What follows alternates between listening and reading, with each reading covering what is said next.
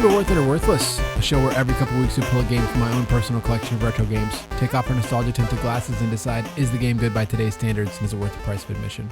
We talk about what the game does well, what the game doesn't do so well, and the things that are just plain weird. I'm your host, Dan, joined as always by my friend Jordan. Jordan, what did we get into today? Today we played Knights of the Round for the Super Nintendo Entertainment System. Yeah, we've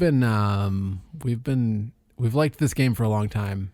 Right, yeah, this was one of the very first games that kind of made me fall back in love with retro games. Yeah, before today, we had never beaten this game despite playing it multiple times together. Yeah, I mean, we've never beaten the Super Nintendo version of this game, and it's kind of salty because we've made it to the final boss a bunch of times and then just get destroyed. Right. And it's funny, too. I think that the seed of this show actually probably came from us hanging out playing Knights of the Round. That's a good possibility for sure. So I'm really glad we're doing this. I've been asking you, for over a year now, hey, we need to play Knights of the Round. When are we going to do that one? And then today, I was not expecting this at all. Yeah. So I'm really happy we got to play it. I'm really happy we finally got to beat it, and I'm excited to talk about it. Yeah, quote unquote beat it. Well, we beat it in the same way that we beat a lot of these games. Yeah. With a little bit of assistance from our friends, the cheats. Right. For anybody that doesn't know or has never heard of this game, it is a Capcom beat 'em up based on King Arthur, the Knights of the Round Table. Not all the knights, but you got Arthur and you got Lancelot and Percival or Parzival or Parsival. I don't know. He's got some aliases. Yeah, the arcade version came out in 1991. The Super Nintendo version came out in 1994. And so today we took a look at the Super Nintendo version, but we also played the arcade version, so we'll probably be discussing both. Yeah. But do you want to get into what the game did well? Yeah, let's just jump right in. I think for me, I love beat 'em up games, and for me, this is about as classic of a beat 'em up game as you can get.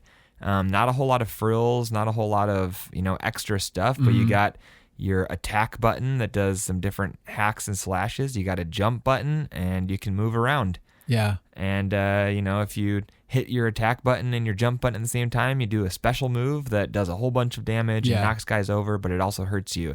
And these are really basic beat 'em up tropes that you find in pretty much every beat 'em up game. Yeah, you also have a block button, too. You do, yeah. I forgot about that. You do have a block button, which is one important, of those. It is important. It's one of those things that maybe if you're newer to this kind of game and you're just trying to hack and slash your way through, you might not even bother using that button. And I don't think that I even knew it existed until today. So you can see where my level of skill is when it comes to beat 'em ups. I love these games. I don't claim to be good at them, but they are just so fun to maul through hordes of bad guys. Yeah. Well, if you don't use the block button, though, there's pretty much no way you're ever going to beat this game because it punishes you for not blocking. Yeah, you definitely... If you pull off a block and at the right timing and you parry an attack, it gives you, I don't know, a good few seconds of invincibility, and you can really go to town on the bad guys in that time. Yeah, I agree that this is sort of a kind of generic beat 'em up, but I think it does just enough unique to make it stand out. Oh, yeah. One of the things that I have that it did well is that it stays in its lane. It knows what it is. It's a beat 'em up. It doesn't try to be anything else. It doesn't try to do anything too crazy. Well, I might disagree with you a little bit there because it's got a tiny, tiny bit of like that RPG element as well. Yeah, well, a little bit, but I'm saying it doesn't stray too far from the path. I think it does just enough unique, but nothing like super weird. Like the other night we tried out that Night Slashers game on Switch. Yeah. That Data East beat 'em up, and it's a horror themed beat 'em up that was on sale. And I was like, I've heard of this game. People like this game. And we checked it out and it was like, this is fine. Yeah, it was fine. It was fine. But other than that, there was like nothing really where I'm like, oh, I really want to go beat that game or want to keep playing it. Whereas there's something about Knights of the Round that for years, like literally we've come back to this game and enjoyed it. And I'm like, it's not really doing anything crazy. So what is it? And I think it's like doing just enough unique to it. Yeah. To give you to make it interesting. I think one of those really unique things, and the RPG element, I guess, that I kind of hinted at already, is that you don't really have, you don't have stats, you don't have different attributes. I mean, you do, but you're not like leveling up. It's not like you're taking points and putting them into different categories or like using a skill tree or something. But every time your dude levels up, so there's different marks that you might hit. It might be like 10,000 points and then 23,000 points and 40,000 points or whatever. It kind of seems like it doubles every time. But when you hit those marks, your dude levels up, he gets all of his health back, and he gets a new piece of armor. So I think there's like 16 different levels that you can go. And every time you level up, your dude gets like more armor. He's getting beefier. And so just by the time you get to the end of the game, you're kind of like a walking tank with all this shiny armor. And you kind of start with like dull silver or brass armor. And then by the end, by like level 12, you've got like shining gold armor. And it's just getting ridiculous and awesome. And your sword or your axe is getting huge. And that is one of the things that I love about it. Just that little bit of level up element that lets you see some progress in your character throughout the game. Yeah, it adds... sometimes points in games just feel completely worthless nowadays. A lot of times. And so now the points actually serve as more of like an EXP sort of experience bar rather than just worthless points. And it plays into the fact of like you can share loot and you don't want to just hoard it all if you're being, nice to your friends, because it actually kind of matters a little bit. Yeah, I actually have that down for this game, that it promotes sharing. Mm-hmm. In so many of these games, it's kind of just like, if you see a power-up, you want to just grab it and hoard it, and it's like grab all the power-ups. And we've definitely played beat-em-up games where we are very selfish. Yeah. But this game gives you that mechanism to actually share. So if you see a big pile of treasure and you hit it with your sword, it'll cut it up into 4 smaller treasures. Or if you see a big health thing, like there's salads and chickens and like beef stick things. I don't even know how you describe that. Meat donuts. Yeah, like big old meat hunks. And if you hit them with your sword, you can split it up, and then it's like, okay, I'm going to take half these. I'm going to leave half for my friend or whatever. And it's a very different style of gameplay that promotes than a lot of beat 'em ups. Also, kind of going back to that point thing you were talking about how so many games have worthless points. There's been a whole bunch of games we've played for this podcast where I've been like, we get to the end of a level or like the end of the game, I'm like, yeah, I had more points than you. And you're like, who cares? Why does it matter? And I'm like, oh, I guess it doesn't really matter. But in this game, the points serve a purpose. You're right. It's like your experience bar. Yeah, one of the things that the game does to set itself apart from other beat 'em ups is the fact that you can split the loot up. And what's interesting about that mechanic is like there might be a box of treasure that's worth 500 if you pick it up, but if you split it up, it's like 4 bits of 180 points a piece, and so it's worth a little bit more than it would be worth, like 100 and something points more. See, now you can still chop it up and steal it all for yourself if you're stuck in that hoarding mentality, but it really does try to promote the whole like co-op sharing aspect, which is unique, I think, for these beat 'em up games. Yeah, for sure. Another thing that really stands out to me about this game is that it doesn't feel unfair or overly difficult. We played a lot of these games where it's just like you get stun locked or you get trapped or you're just like facing an endless horde of guys and it feels like you're not getting anywhere.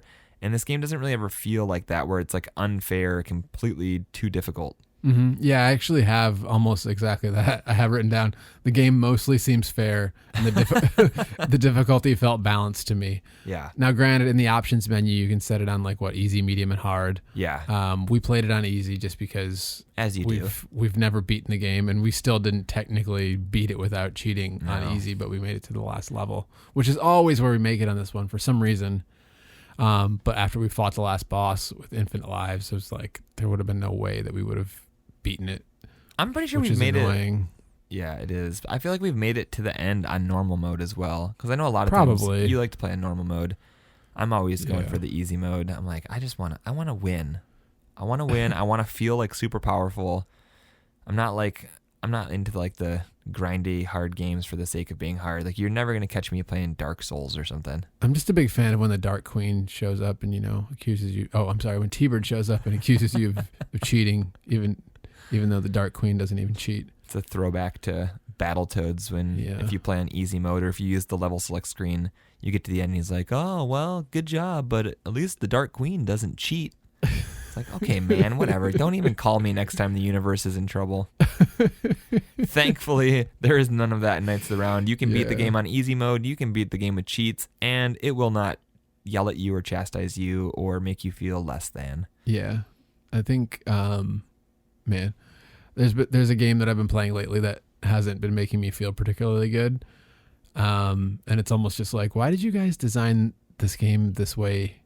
Because it doesn't make me feel good as a player when I'm doing really well and I'm still losing at the game, which it'll come up on a future show. So that's why I'm not going to really like say what it is. But this game, it shows why this game is good, because it like makes you feel good as a player, like because it's balanced, because it has this really good pacing where you're never fighting too much on screen at once. Yeah. Like you're always busy fighting something, but it's never like overwhelming and annoying. I don't, in a lot of beat 'em ups, I find myself doing this thing where I don't know if I'm watching the screen or not. You're just mashing that. Yeah, you're just mashing buttons, and out of the corner of your eye, you're like moving to the next like moving target on the screen and going to punch it.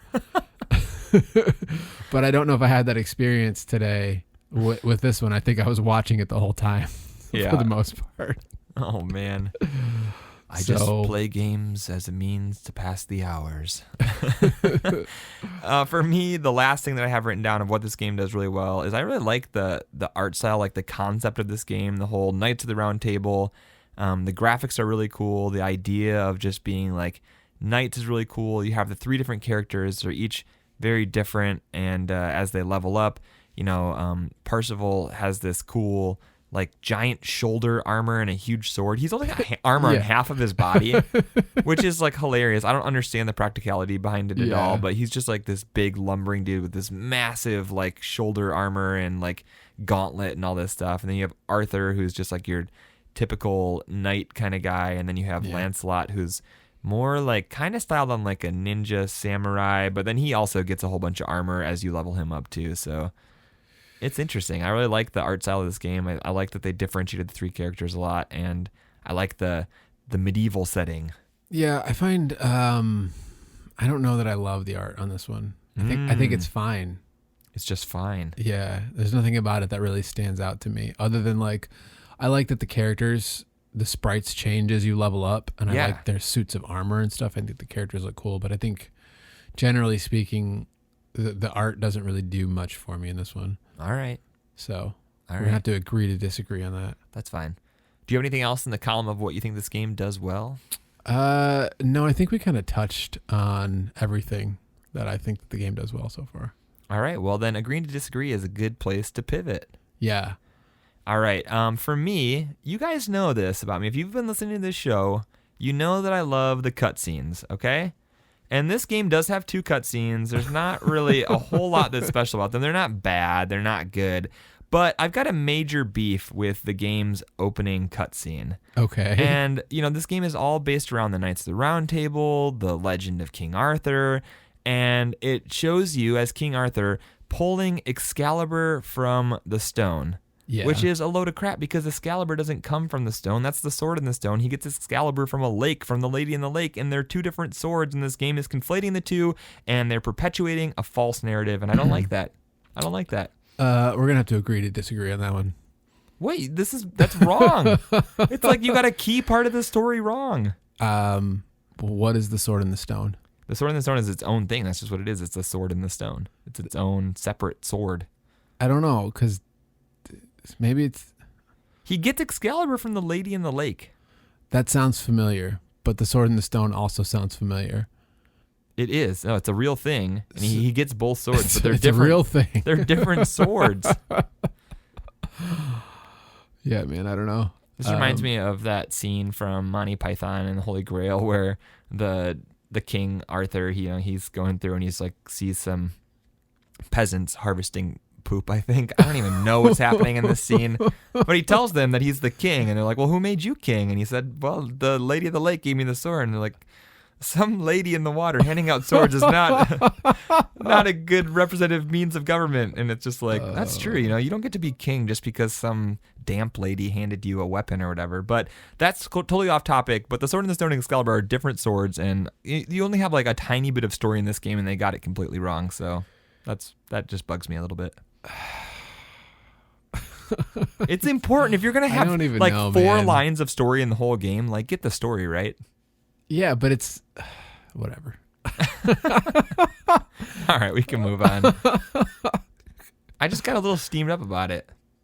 Only you. Well, there's somebody else out there who's like, yeah, man. Yeah, I remember playing this game in 1991 in the arcade, and I was pissed about that. Listeners, let us know. I don't know. Actually, don't let us know because I don't think our inbox can handle the number of you who agree with me on this one. Yeah. Send us a DM on Instagram with whether or not the Sword in the Stone should be involved with King Arthur or not. Wow. And if you even knew that it the is Sword in the Stone has nothing to do with King Arthur, apparently. No, it does have something to do with King Arthur. It's not Excalibur. It doesn't matter. Moving on to actual gameplay complaints. For me, he's got two special swords? Yes, they're separate. All right. You're conflating the two. Which one is the sword that came from the stone then? The Sword in the Stone. What's the name of the sword? It doesn't get a name. Most swords don't have names. Most swords do have names, according to Game of Thrones. I think I could be wrong. I could be wrong with this, but I think that the Arthurian legend was around before Game of Thrones. I'm not positive about that, but I think that's I'll have to send George R.R. Martin an email. Yeah. I'm sure he would know. Anyway, moving on to what this game actually does poorly as far as gameplay goes. Something that really stands out to me is that the game sometimes feels a little bit sluggish. Mm. And not just, I mean, it does have a problem sometimes with like dropping frames when there's a whole lot going on. Yeah. But not really just that, because that only happens a few times. But like there's a lot of times when you don't feel like you're moving around as fast as you want, or you're not blocking as smoothly as you want. And it just doesn't respond as quickly as I would always want it to. The only thing, while I definitely agree when it gets busy, like it starts slowing down. The only time I felt like the game felt sluggish was when I was trying to block sometimes. Yeah. And it didn't feel like I had just turned around and it wouldn't block, or it felt like, because if you hold block too long, then your guy gets tired if nobody attacks you. Yeah. And so there's like a weird timing window with the animation and the blocking, or like being stunned and you can't block, or something where it just makes you feel like you don't quite have as much control as you would like to, or you feel like you should. But I don't feel like it happened that often for me to feel like this game doesn't feel right. Well, it wasn't even just that blocking though, but even just like your movements, like trying to like move your dude around, didn't always feel as like crisp and fast as like say a modern beat 'em up game would. Yeah, I mean, I don't. Yeah, I don't. we're not gonna agree on any of this stuff. That's fine. All right. Were we playing the same game? Maybe not. Maybe not. Maybe I was just like still hung up on that whole intro scene. Maybe I just wasn't watching the screen. That's a possibility. Well, let's move on to something else, and maybe we can find something we agree on what this game doesn't do well. Oh man. I felt like the music department left me a little disappointed on this one. I didn't really notice it one way or the other. Yeah. You're right. It wasn't like epic or amazing or standing out. I felt like the music was kind of meh, and there wasn't a lot of music. Like it plays the same few pieces over and over again. It did hang on to the same pieces for quite a long time. And so I feel like that's got to go in the what it doesn't do well column, just because it, like, there's, I don't know. It's like, I don't know. That was good. Like, what is this music? I'm getting sick of listening to the same song in every level. All right, I got one. Try this on for size. All right. You just let me know right away if you don't agree with this, and we'll just move on, because I'm kind of striking out here. But another thing that I think this game doesn't do well is that the bad guy selection is kind of limited, and you kind of see the majority of the bad guys pretty quickly off the beginning, in the first couple levels, and then you don't really expand past that. You got Fat Man, you got Tall Man, you got Bird Man, you got Buster. These are actual names that they have in the game. You got Skywalker. You got Skywalker, who is sort of like a magician kind of guy. Yeah. And, there's a few more, but it seems like you kind of repeat the same dudes over and over for a while. And then you move into more of like an Arabian Nights themed area. And then you repeat that collection of characters for the rest of the game. So it's kind of split up into two halves. And you kind of seem to repeat the same bad guys a lot. See, that was something I thought about putting down, but then as I thought about it, I think there's like a good number of different enemies. You do see the same enemies throughout the 7 levels, but it seems like there's probably I want to say 15 or 16 different enemy types. See, now I'm starting to agree with you. But you know what? We are aligning a little bit more. So I don't know what's Yeah. going on today. Usually we're pretty much on the same wavelength with these things. But Well, I'm not disagreeing with you. yeah, so I'm saying we're starting to align. But I was kind of like, do I put that in what the game doesn't do well? Because the enemies do feel very repetitive, but like there's a lot of them. So it's kind of like, well, is it really a problem? Because I really do think there are like 15 or 16 different enemy types. I mean, that probably includes like mini bosses. Yeah. But Something that it does do well with the different enemies is that you don't ever end up fighting like the same kind too many times in a row. yeah, Like there's definitely some beat 'em up games, especially where you like get to the inevitable motorbike level where you end up fighting like 9,000 guys on motorbikes, which thankfully the medieval level saves us from that. We don't even get like a horde of horses. There are the tigers though, that you Yeah. fight a whole bunch of tigers at one point. So yeah, maybe I just like, I don't know why I thought this. You're right. There are a whole bunch of different bad guy types. I just like remember getting near the end of the game. I'm like, really fat man again? Really tall man again?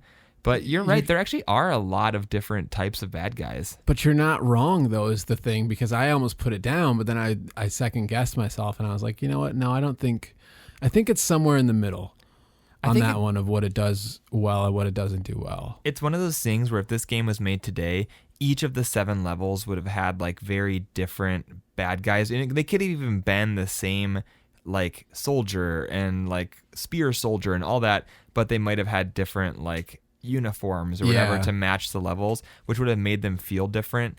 But just like looking at this as a Super Nintendo games, it is impressive how many bad guys they got in there. But just thinking about today, how that would probably be a little bit different, so that it tricked you into thinking that there was more variety than there really was. Yeah. Yeah, it's a weird one. I don't think we've ever really had that kind of. This is a weird game. It is. It's a very different beat 'em up than a lot of the ones we've played. And now that you mentioned like the motorbike level, I feel like that's another like mark in the column of this game being more unique as a beat 'em up. There was no motorbike level? Yeah, it's every level is just walking to the right and beating guys up. Yep. You don't get that too often in these games. We didn't have a surfing level. We were never on boats in a river. Yeah. Yeah, that's true. The last thing that I have that the game didn't do well is the difficulty spike on the final boss. Yeah, they definitely Dude. knew like, okay, we're going to let them get to the final boss, but man, they are not going to get through the final boss unless they dump a bazillion quarters into this game. This is such a pet peeve of mine. And like I was mentioning earlier about games making you feel good, like this is the polar opposite of like feeling accomplished and good after playing a game. Like this game does such a good job of making you kind of like feel powerful and feel like you're doing well throughout the game.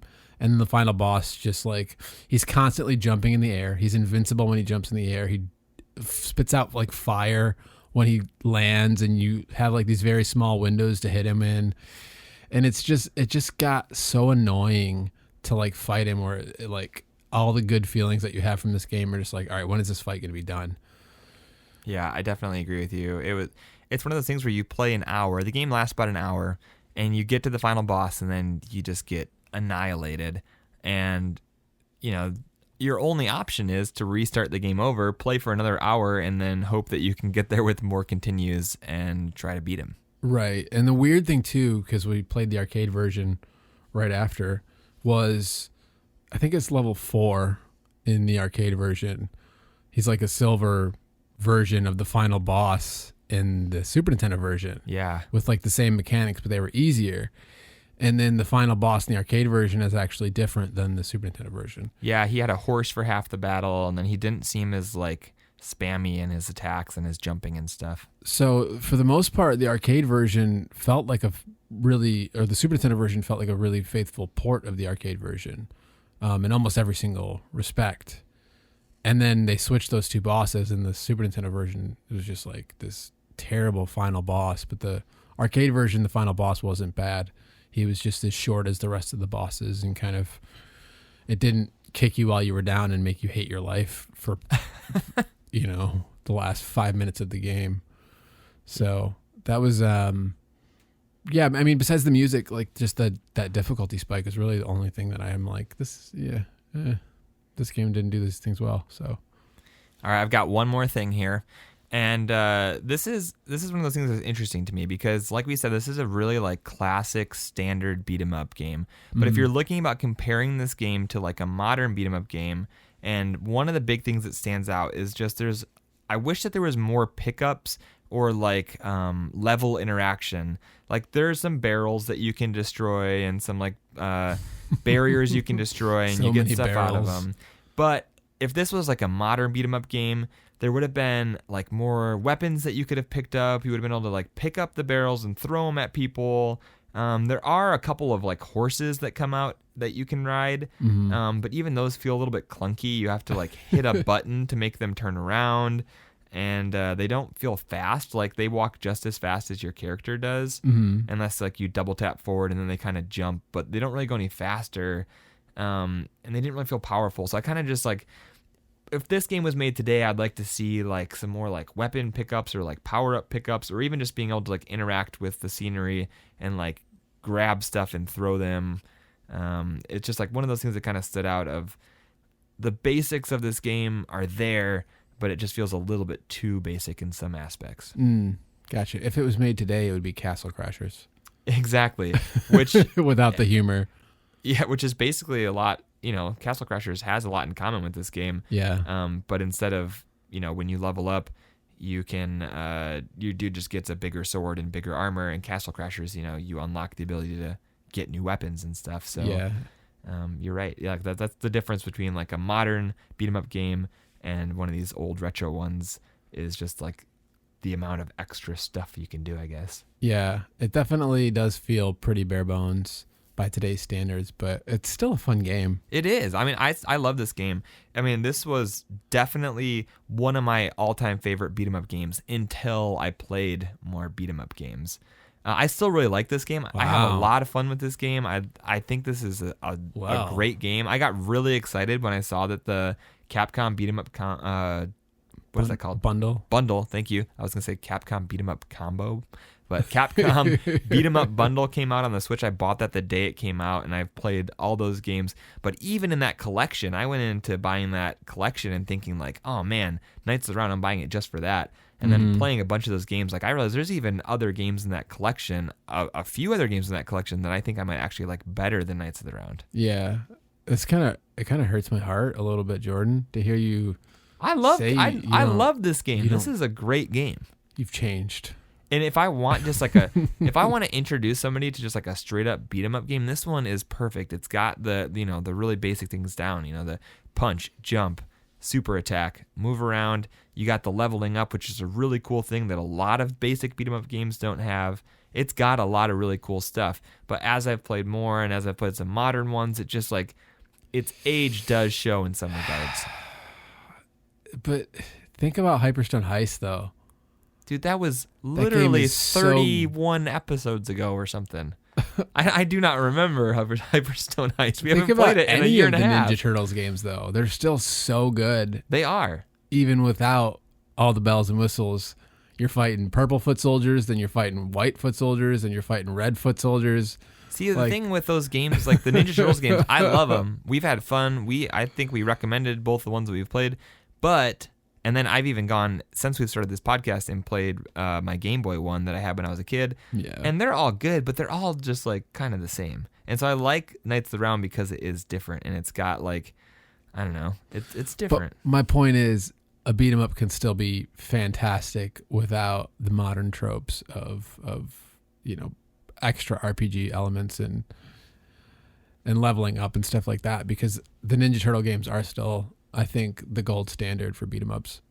Well, I mean, you might be a little bit biased as we sit in this recording studio that is lined with Ninja Turtles paraphernalia. There's like, what, one thing in here? There's a giant poster. I see an orange Ninja Turtle over there. I see a gold Ninja Turtle up here. Oh, yeah. I'm sure there's some things behind me that I can't see. So, dude, you like Ninja Turtles a lot.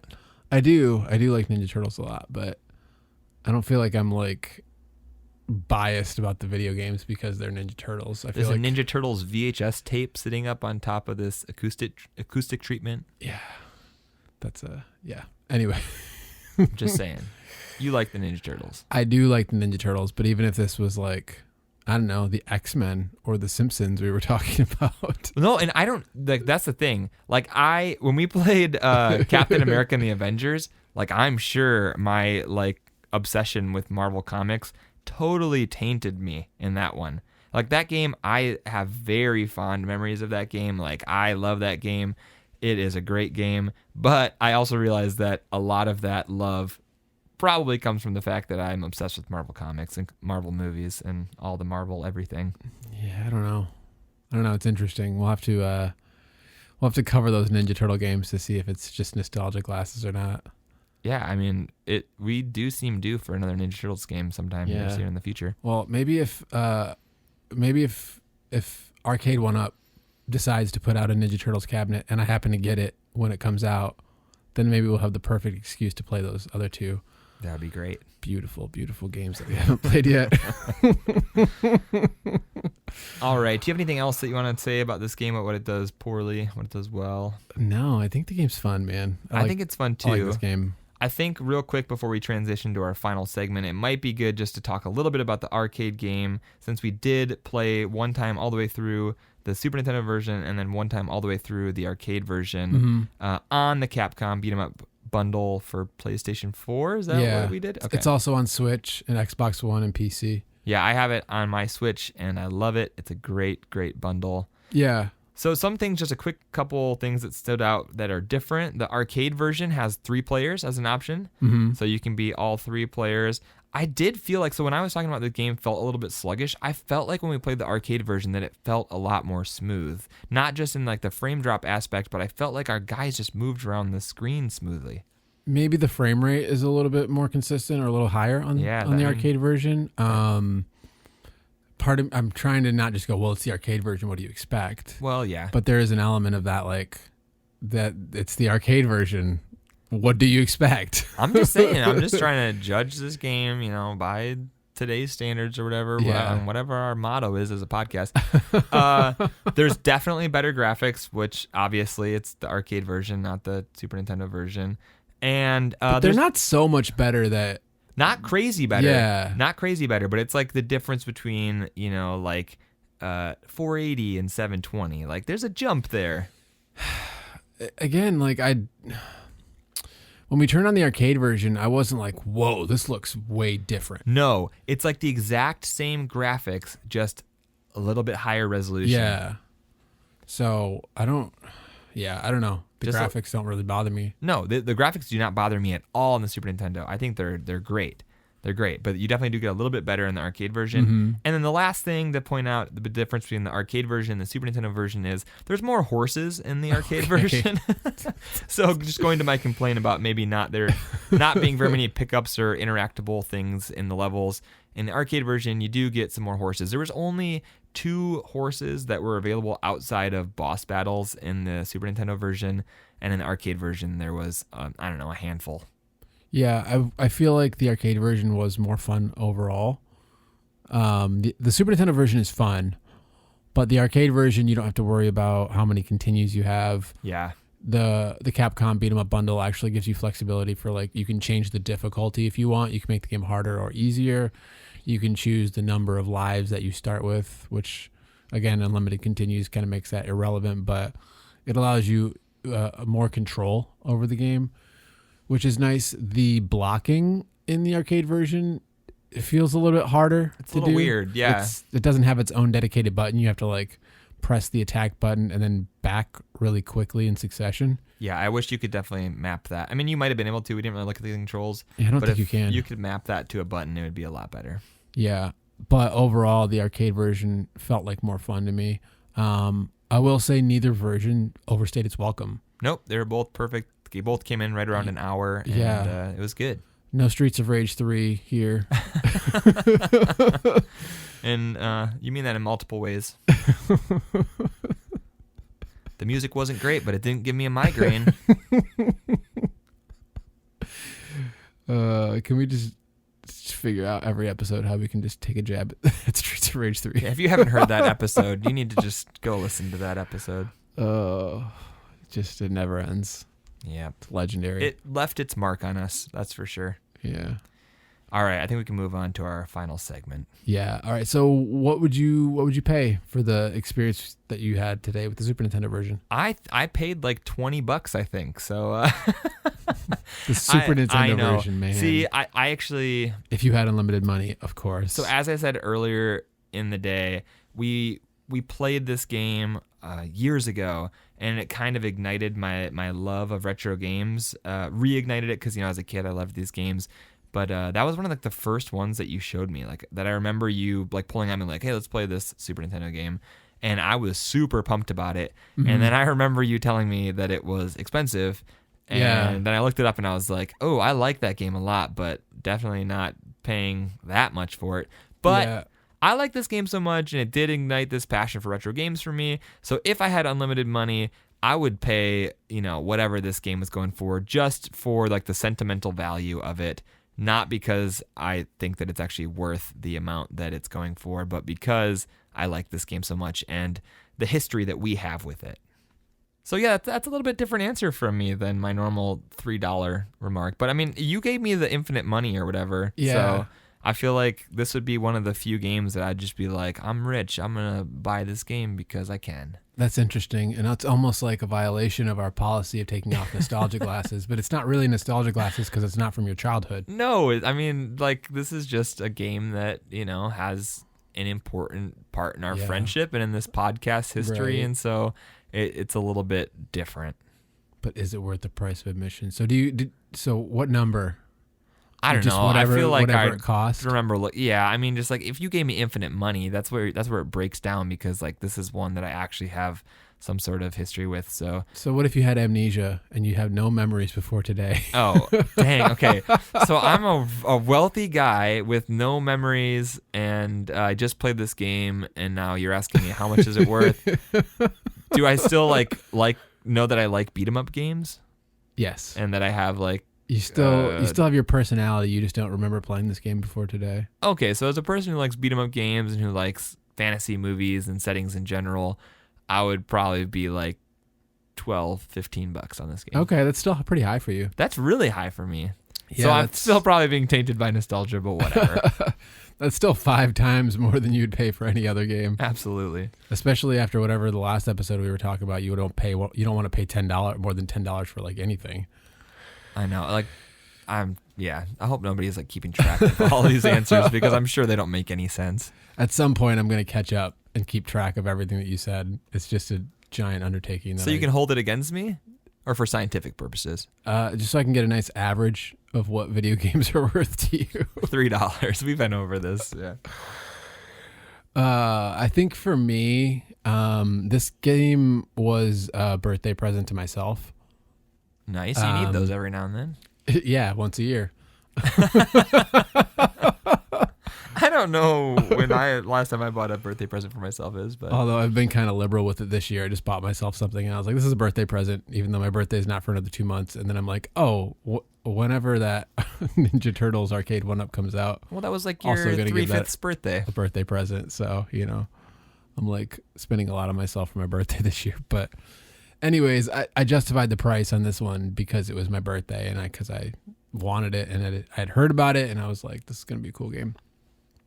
And I feel like I've gotten a good value out of it throughout the course of our friendship and just in general. So, man, my gut is saying 30 on this one.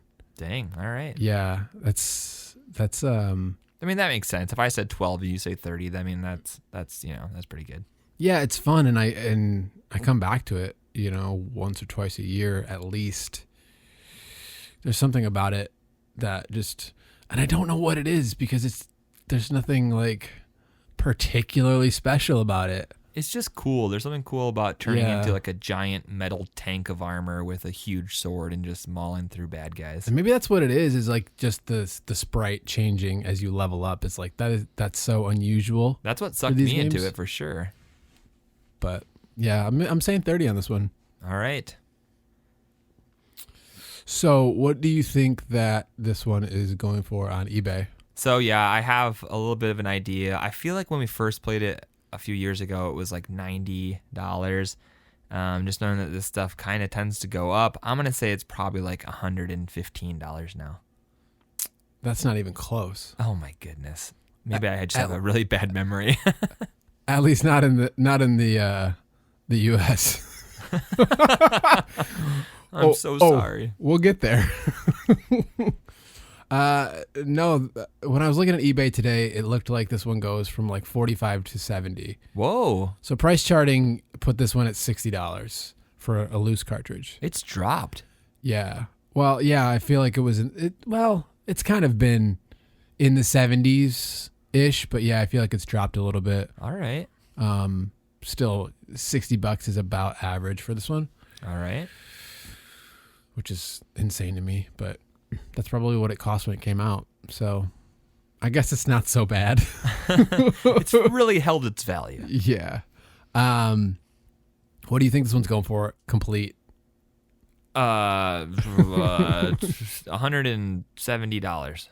$184. All right, for not the too price bad. charting. Not too bad. That's what do you mean not too bad? I'm just talking about Your like guess no, or that's the- awful. My guess was pretty close. That's terrible. Don't spend that Yeah, much. $184. I'm just like, oh, Lord have mercy.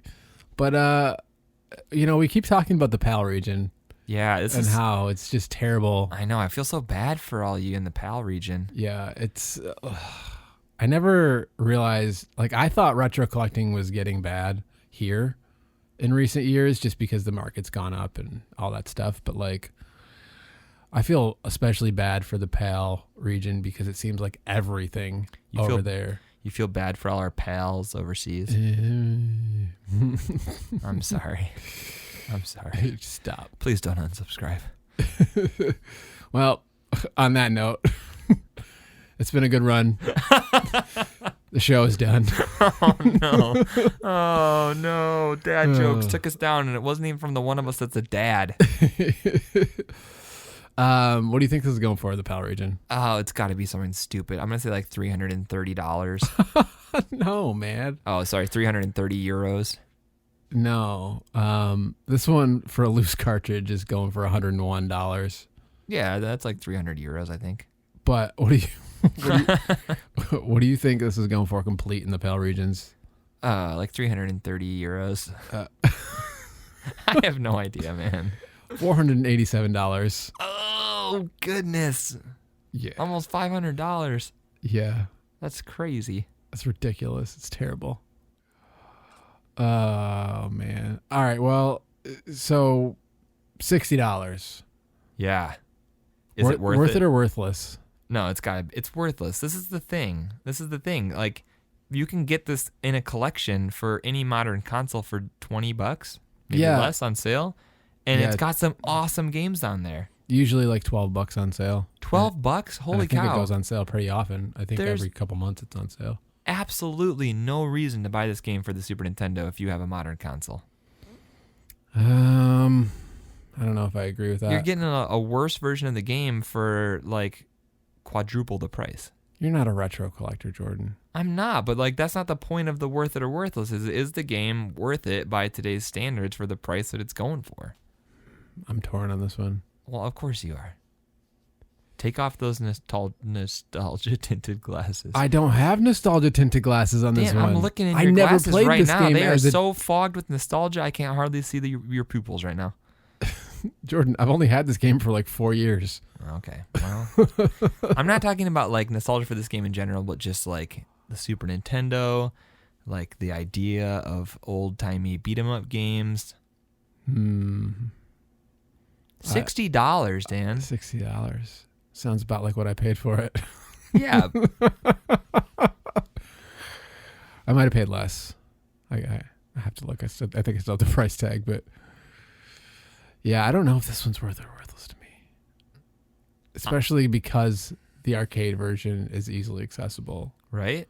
Not only on the Capcom Beat 'em Up bundle, but there's also... I also had it on like the PlayStation 2 Capcom Yeah. Museum or something like that. Capcom Collections Volume 2 Yeah. for Xbox and PS2. So I actually played this game with my wife way back when we were in high school and didn't even know because I was just playing through like all those random games on there. But I specifically remember like the leveling up aspect of it and thinking that was cool and never remembering the name of it. But then you showed me it. So that's just a whole nother aspect of this. Yeah, there's also a PSP version of it. Well, If you have for my Vita fans out there. Oh, that's just like the beta Switch, right? Yep. That's where Nintendo got the idea for the Switch from. Was the PS Vita. And then they improved it in every way. I mean, they just made a new version of it. Whatever, man. Took all the functionality that the Vita already had and this is why modernized it. This is why 5 years later we should not record the podcast after bedtime, because I think we're just rambling now. I think that's going to wrap us up. I think we're good. You just don't want me to talk about the Vita. I think that's what it really is. Well, that, and it's, I'm ready for bed, I think. I'm not really a night owl. Oh, my word. All right. So, do you have anything else? I don't think so. I love this game. It's really fun. Pick it up in the Capcom bundle. I actually do have something else. We like to always look at a review or comment from the week, so we can end on this. So shout out to Kalua Kwame, who, so often we talk about, hey, follow us on Instagram or Twitter if you're listening to the show. But I think that there's actually a lot of people who follow us on Instagram and Twitter who don't listen to the show. And Kalua Kwame was one of those people. He sent us this message. He said, so after loving and stalking your profile, I just realized that you have a podcast and it's on Spotify. You have a new subscriber. I skimmed through the titles, and all those games are legendary. Diddy Kong Racing, Tony Hawk. I now have something new to listen to. Thanks. So thanks to Kalua Kwame. We hope that you're listening to this. Yeah, that's awesome. If you listen to the podcast regularly and you don't know about our Instagram and Twitter and social media, follow us on there. We have lots of cool stuff, not just about the podcast, but about all these old games and the stuff from our past that will bring you back and fully put your nostalgia goggles on. And that is okay, because we love these old games, even if they're not worth the price that they're going for all the time. Or even if we don't know whether or not something's worth it or worthless, because I still don't think I said that this game is worthless, because I don't think I can bring myself to it. I know, it's the hard thing about the whole binary choice thing, but the Super Nintendo version of this game is worthless. Yeah. And we will see you next time. All right. Thanks for listening, guys. See ya. Bye. If you have any questions or feedback, feel free to email us at worthitoworthlesspodcast@gmail.com. And if you're interested in staying up to date with the show, follow us at WIOW Podcast on Twitter and Instagram. If you enjoyed the show, please leave us a review and subscribe if you want to hear more. Thanks for taking the time to listen to the show. We sincerely appreciate it. Talk to you next time.